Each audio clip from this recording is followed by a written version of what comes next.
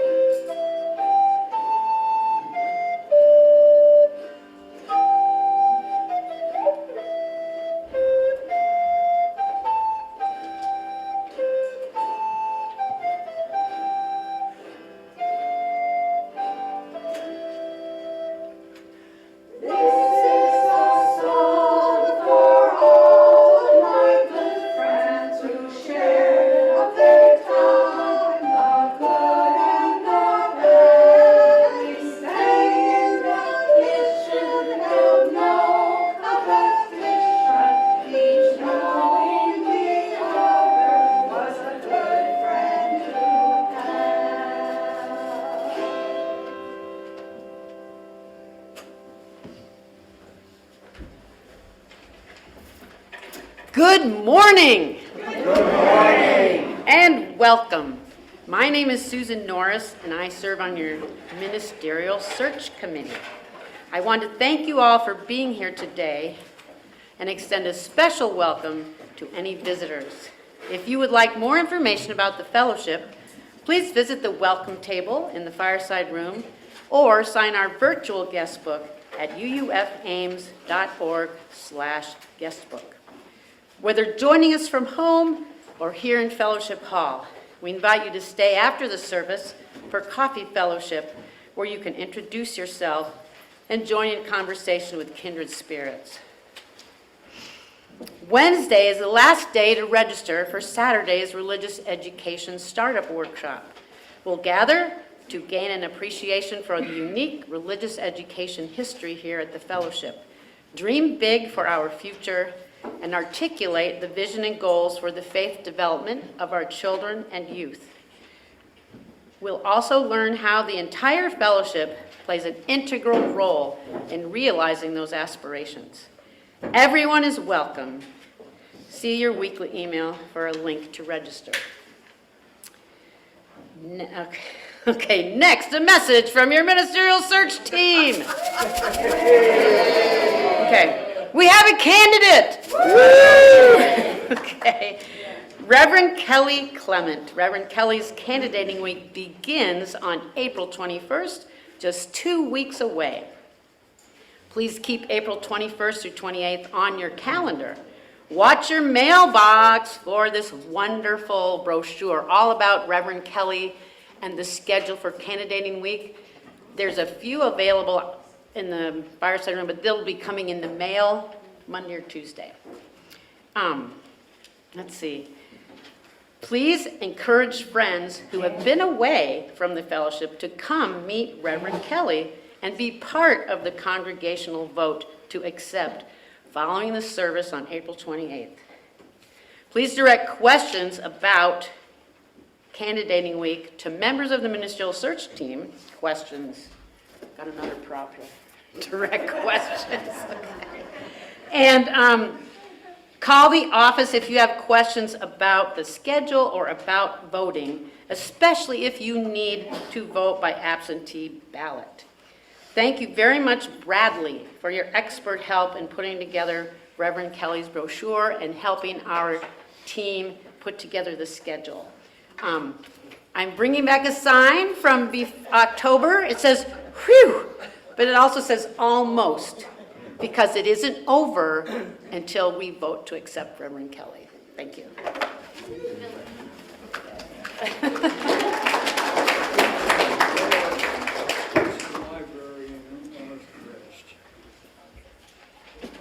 Our opening words this morning are from Reverend Lynn Harrison.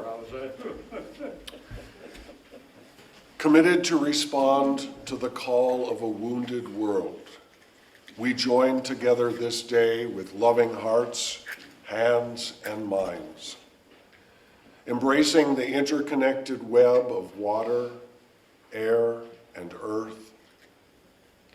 We light a fire of sustaining hope, ever bright with love and justice. May we bring forth this day new wisdom, strength, and courage to create a new world not of wealth, but well-being. A new world of peace and abundance for all. As we give thanks for this earth, our shared and singular home, may we dedicate ourselves to its ongoing care, rising to the calls deep within us and around us.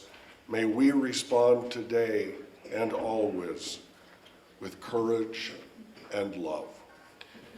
And our chalice lighting this morning is from Lois Van Leer, and it's a responsive chalice lighting. We light this chalice. Not because we must, but because we may. We light this chalice. Not because we have the truth, but because we each come bearing and seeking many truths. We light this chalice. In connection across culture, distance, class, and language.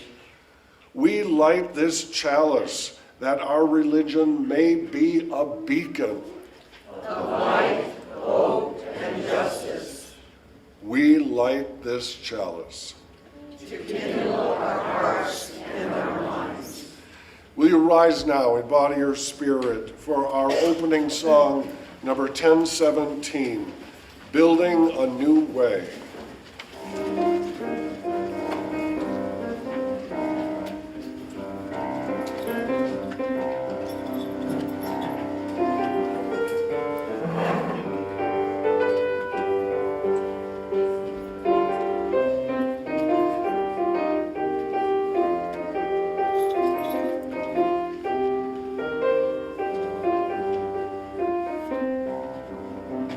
We are building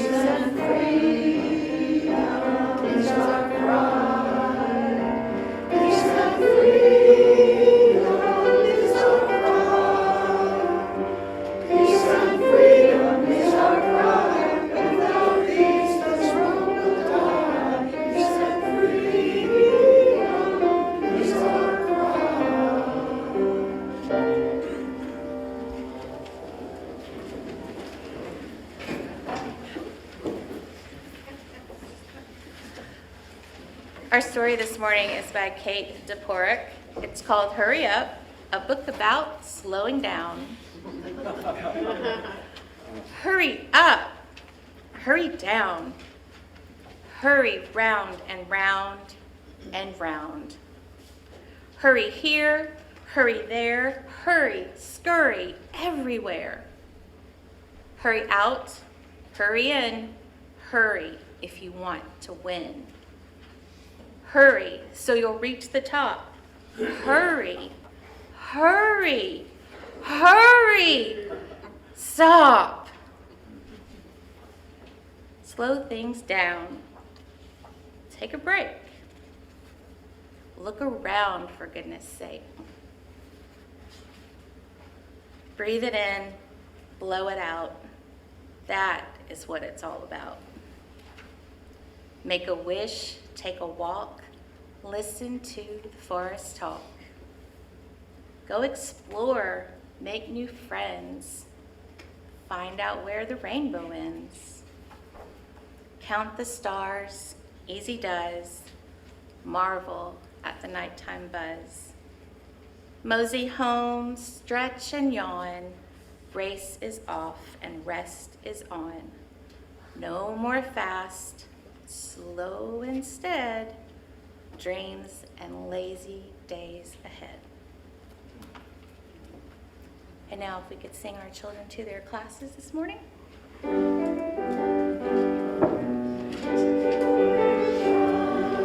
This little light of mine, I'm gonna let it shine. This little light of mine, I'm gonna let it shine. Let it shine, let it shine, let it shine.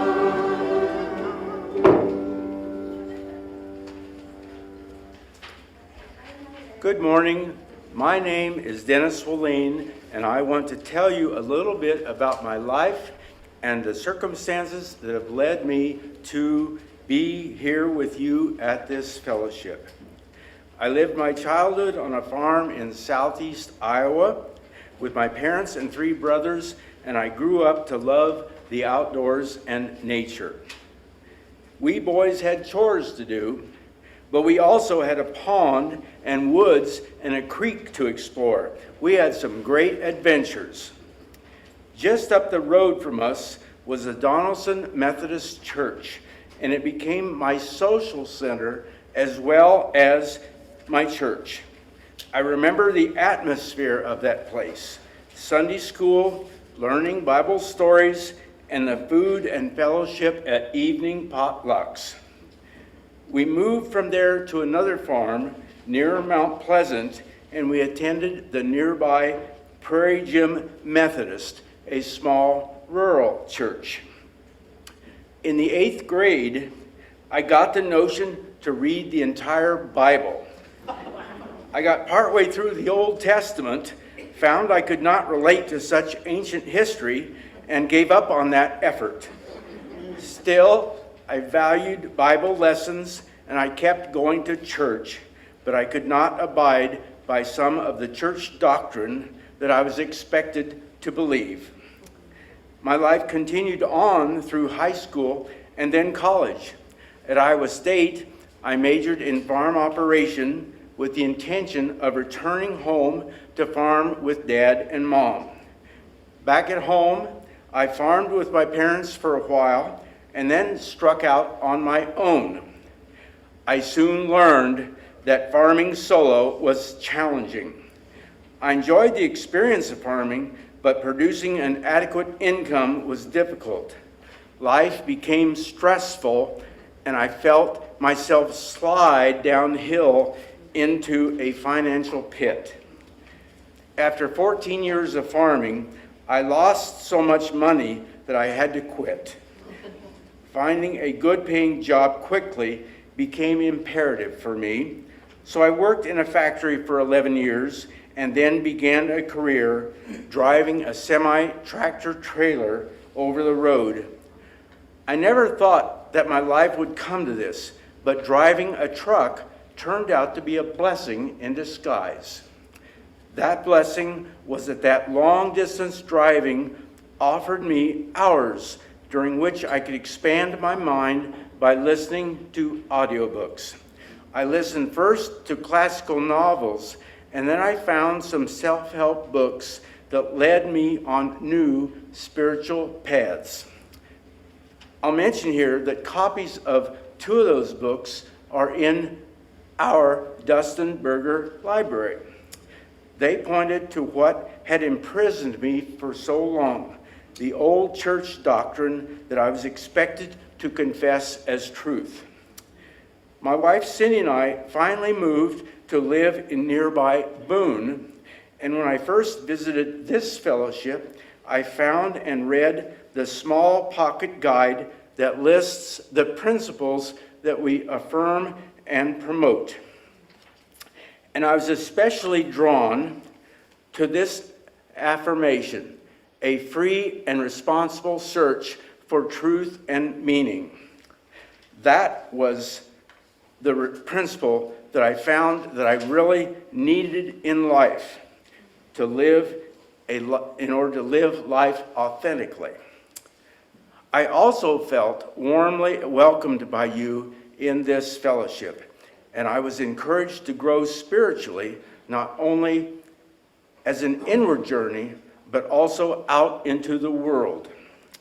We in this UUFA extend loving kindness to one another as well as to the world.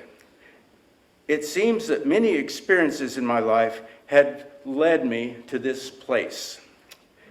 I'm homeward bound, and I'm glad I found you just in time. It feels good to be here, and I thank you for that.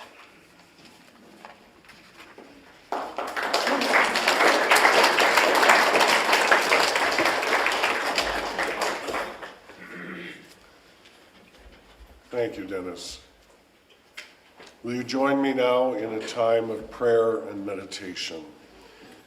And our meditation this morning is from Reverend Matt Alspaugh. Breathe with me. Breathe with me the breath of life. Inhale. Inspire.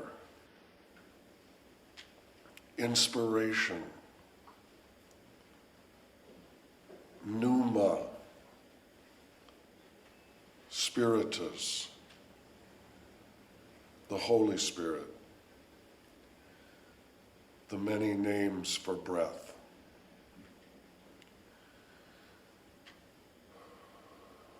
Breathe with me. Know that with each breath we take, molecules of air that were breathed by every person that ever lived. Breathe with me.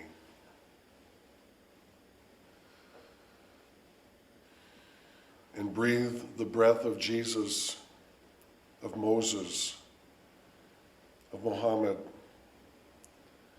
of the Buddha.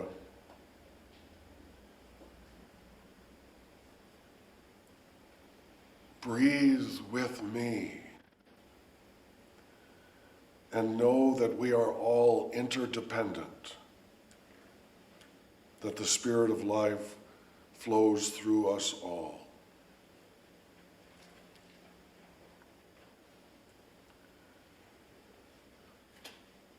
Breathe with me as we come together to do the holy work of interconnection and relationship, that our work here may be blessed. May it be so, and amen.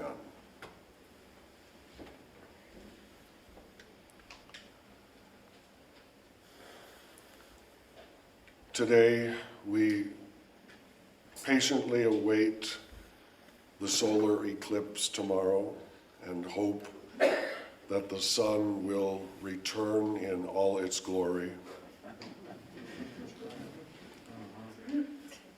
We share the thanksgiving of hosting the It's Okay With Me dance last night for high school students of every identity. And for all the unspoken prayers in our hearts, let us now enter the sanctuary of peace as we listen to the voice of the silence.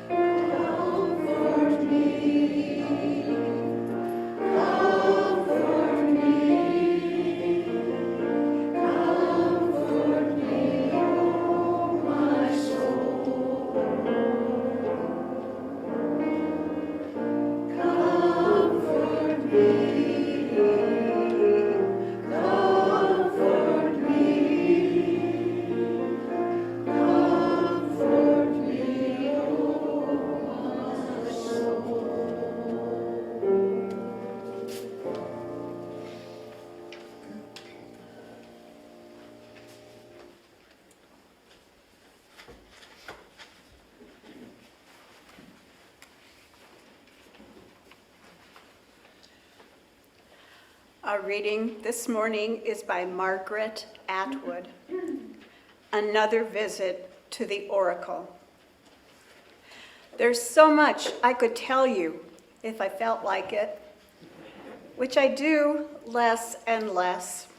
I used to verbalize a mile a minute, but I've had to give it up. It's too hard to turn calories into words. As you'll find out too, if you live long enough.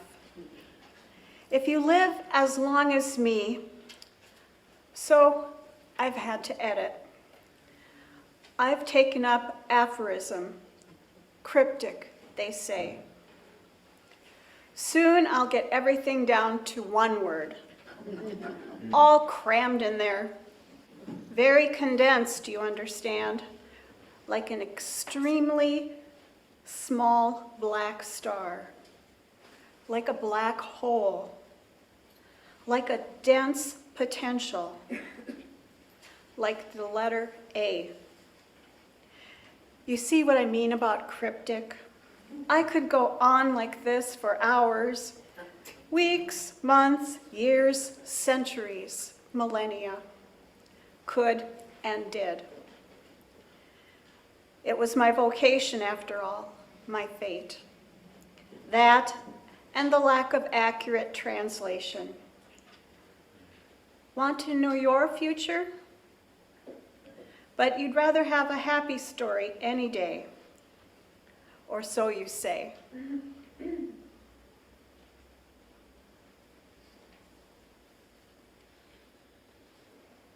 Prophecy.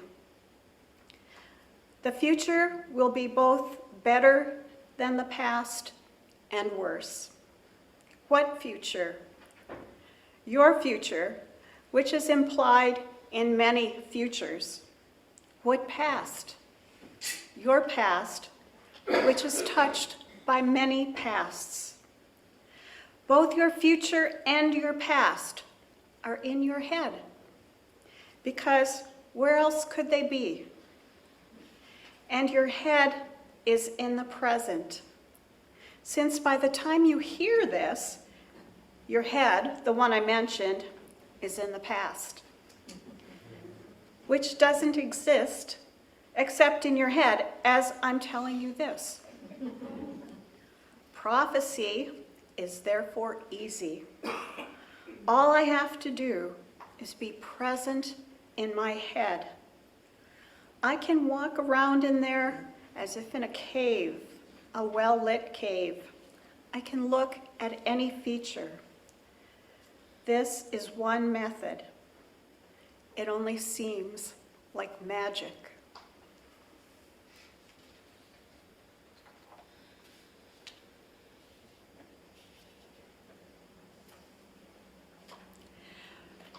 We will now give and receive the offering.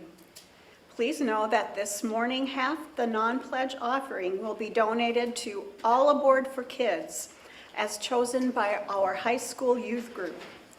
All Aboard for Kids offers summer day camp programs for all students, with a special focus for autistic students entering 6th through 12th grade. Held at the Ames Middle School, their STEAM-based programming, science, technology, engineering, arts, and mathematics, is designed to prevent cognitive regression, ease the transition into the next school year, encourage social skills and development with peers, and promote physical activity. The other half of our offering will support programs here in our fellowship that make this a community of inspiration and transformation. We'll pass the basket here in Fellowship Hall, but alternatively for those at home or those here with a cell phone, you can go to uufames.org/give and make your contribution today. And if you're visiting today, please know that your presence is gift enough.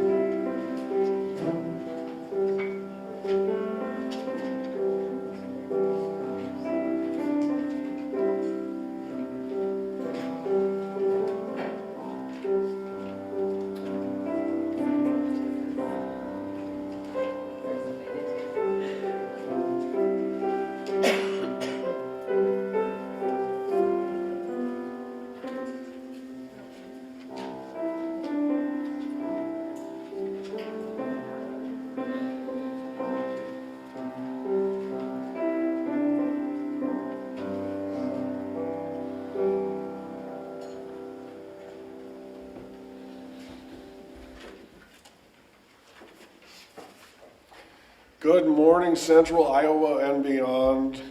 My name is Reverend A.J. Galazin. I'm your interim minister. My pronouns are he and his.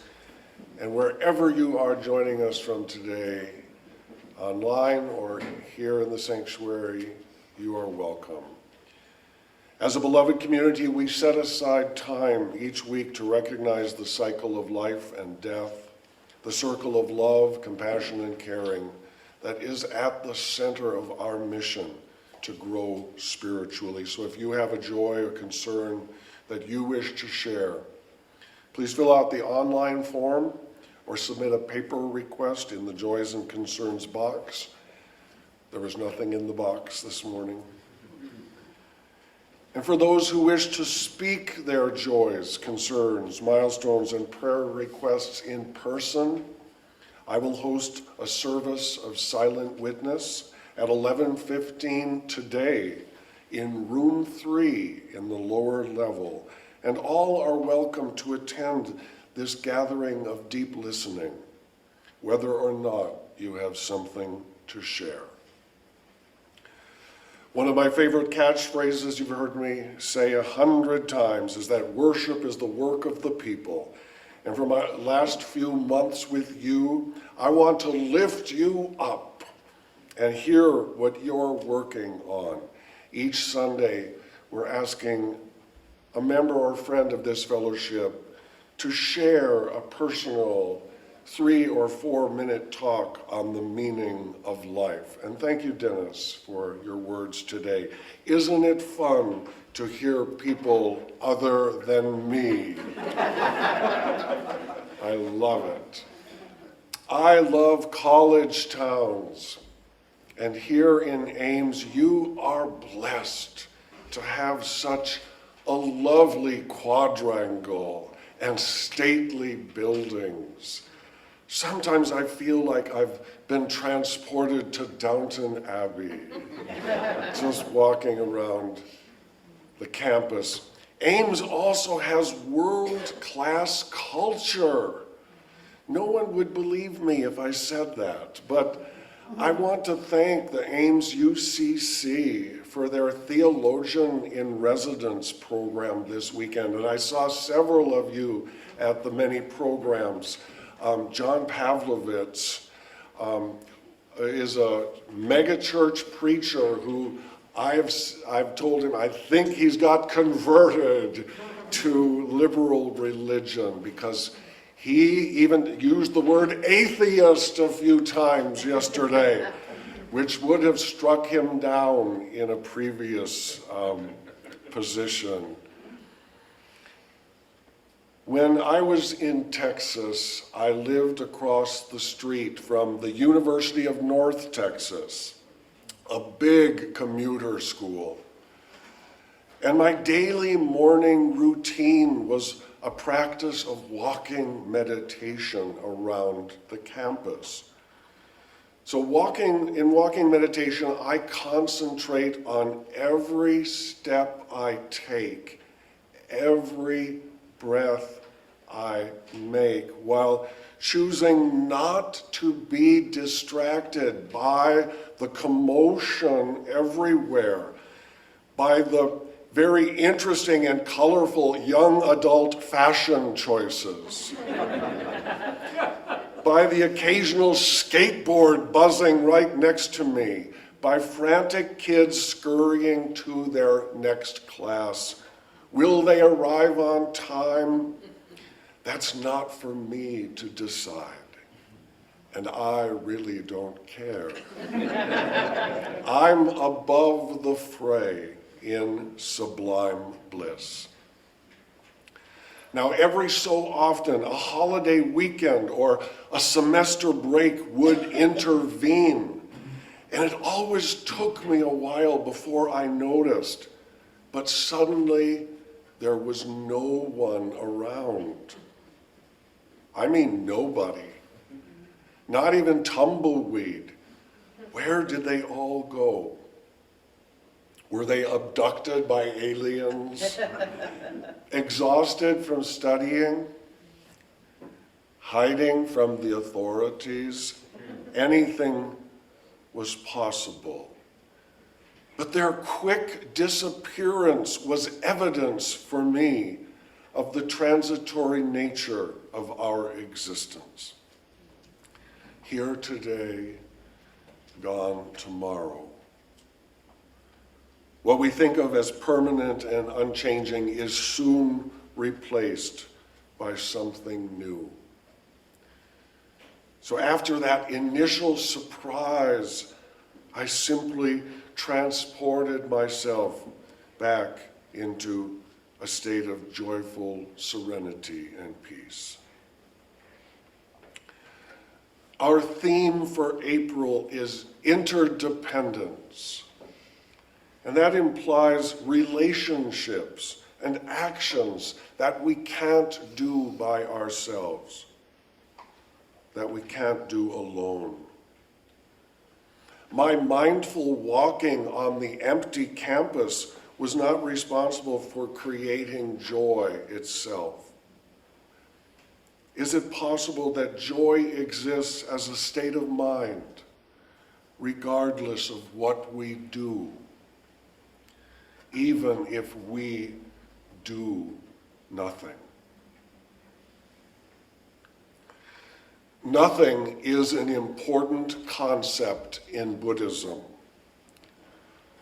Sylvia Boorstein is a popular Buddhist teacher, and one of her books is titled, "Don't Just Do Something, Sit There."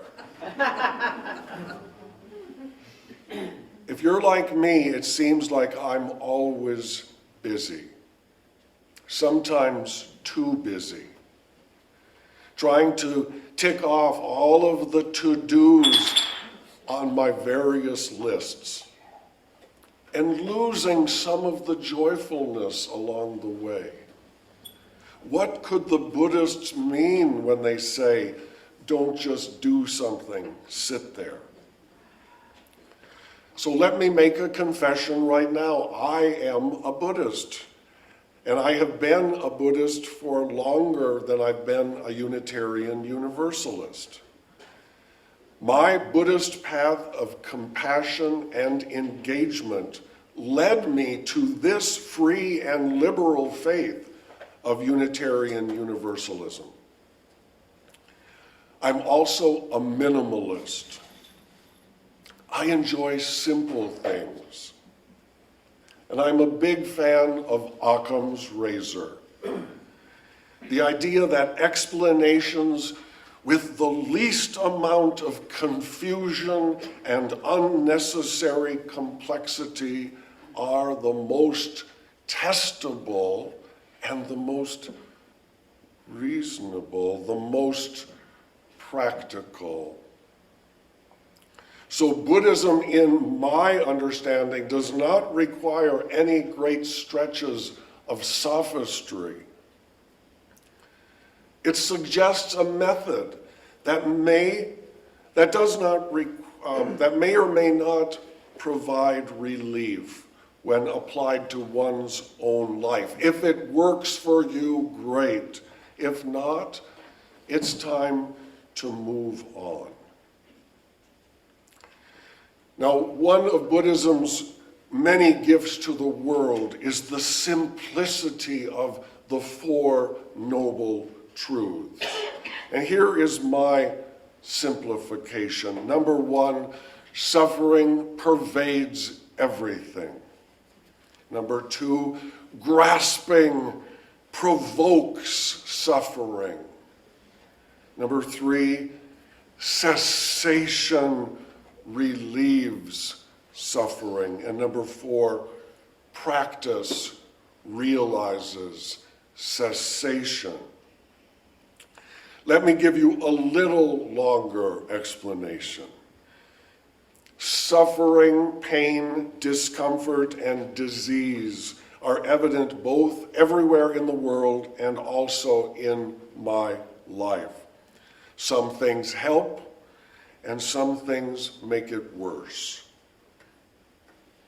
Greed, desire, attachment, aggression, and indulgence tend to create more suffering.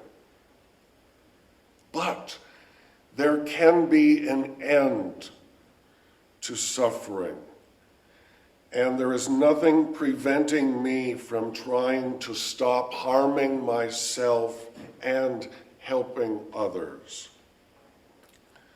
And when I make it my intention and my practice, stuff happens.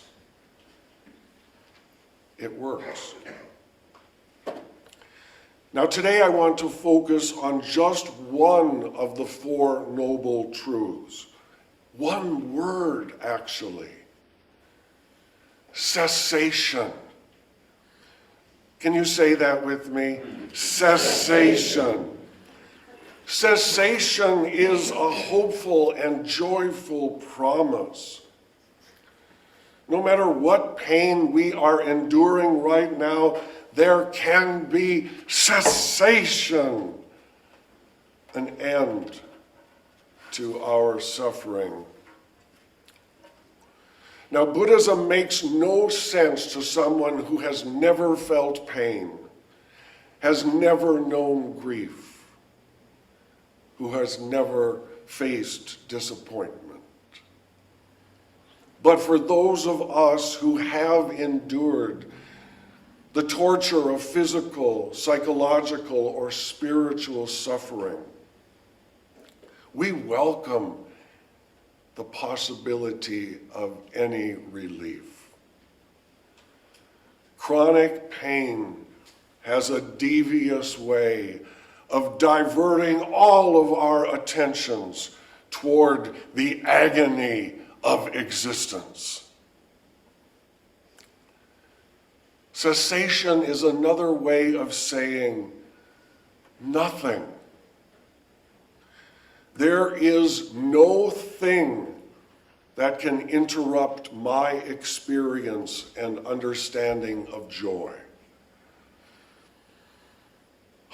Cessation is like hitting that cosmic pause button. Ah, you've got to say this with me. Ah, you know what that means. In his book, Just One Thing, Developing a Buddha Brain One Simple Practice at a Time, Rick Hanson writes, quote, "Your brain works through a combination of excitation and inhibition, gas pedals and brakes. Only about 10% of our neurons are inhibitory, but without their vital influence, your brain would crash. In daily life, pausing provides you with the gift of time. Time to let other people have their say without feeling interrupted.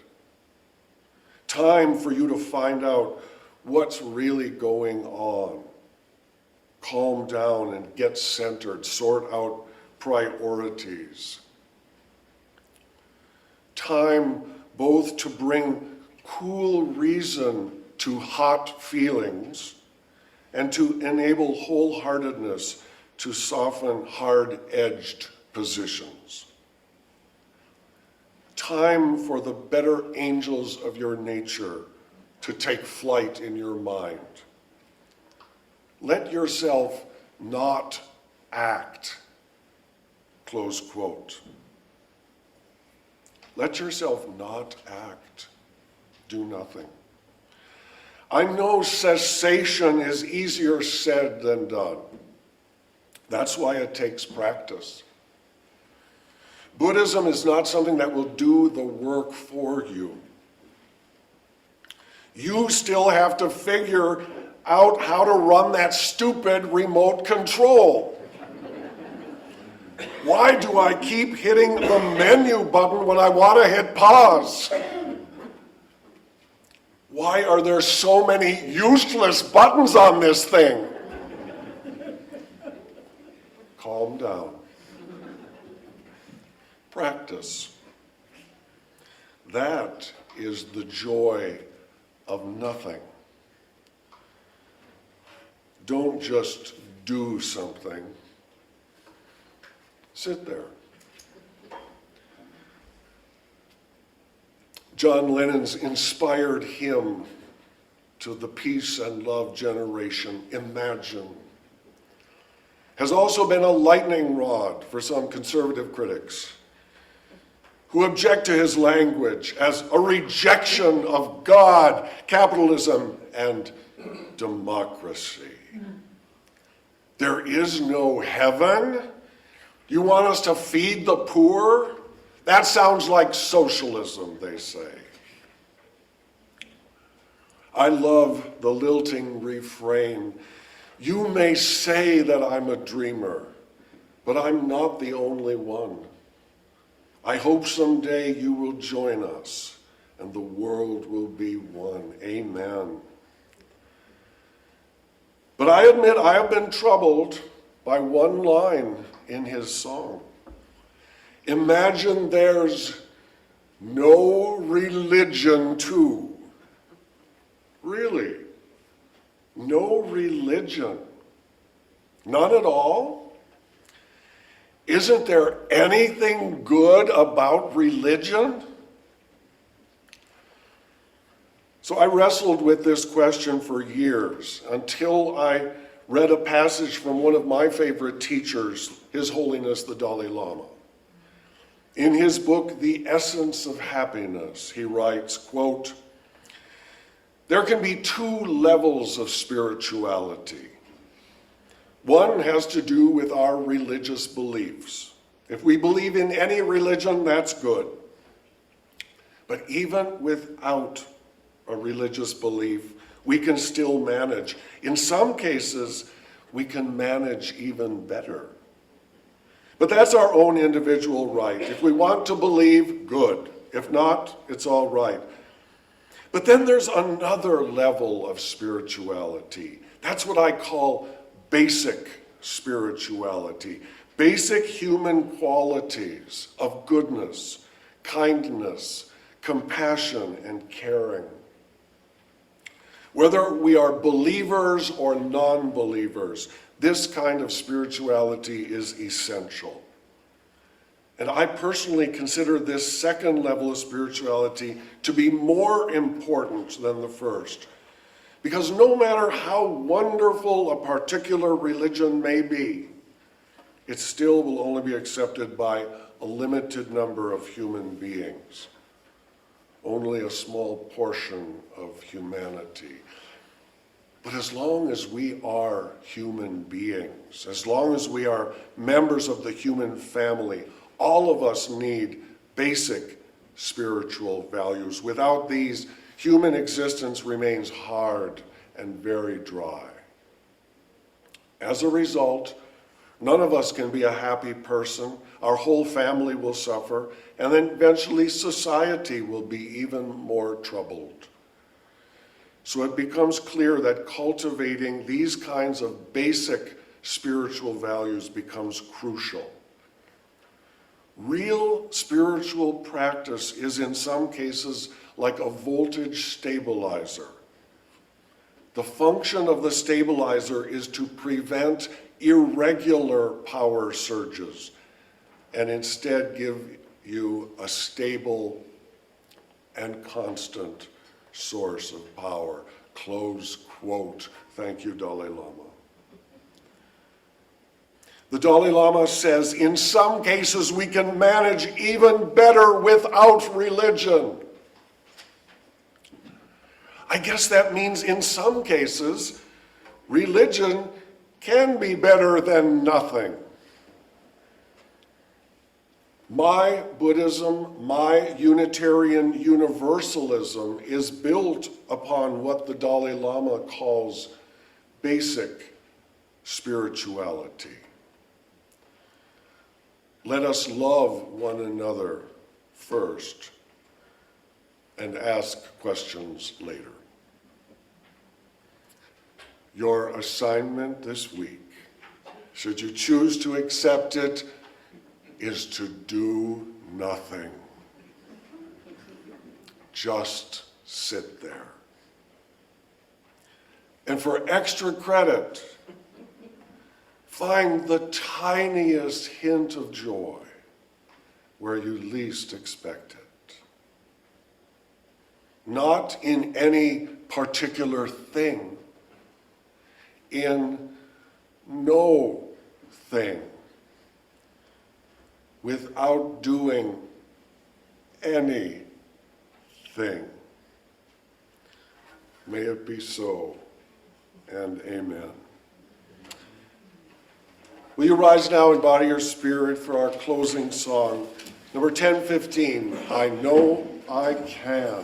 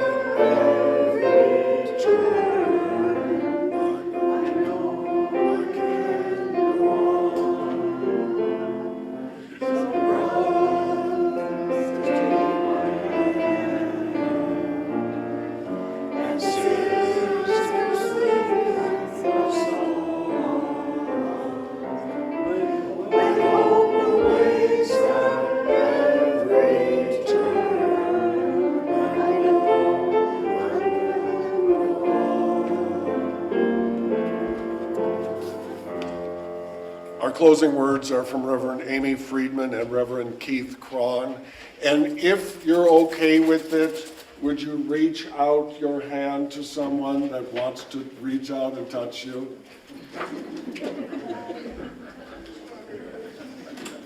These hands connect us to one another. Become aware of the hands that you are holding, their warmth, texture, and weight. As an infant, these same hands reached out for the nourishment of milk. As a child, these hands shakily wrote a name on paper the first time. These hands have wiped away tears, clenched in anger, waved hello and goodbye countless times, and embraced loved ones. And now these hands are the tangible link that connects us to one another. Look around and see those around you who have experienced so much in life. These hands have worked, are working, and will work to make the world a better place.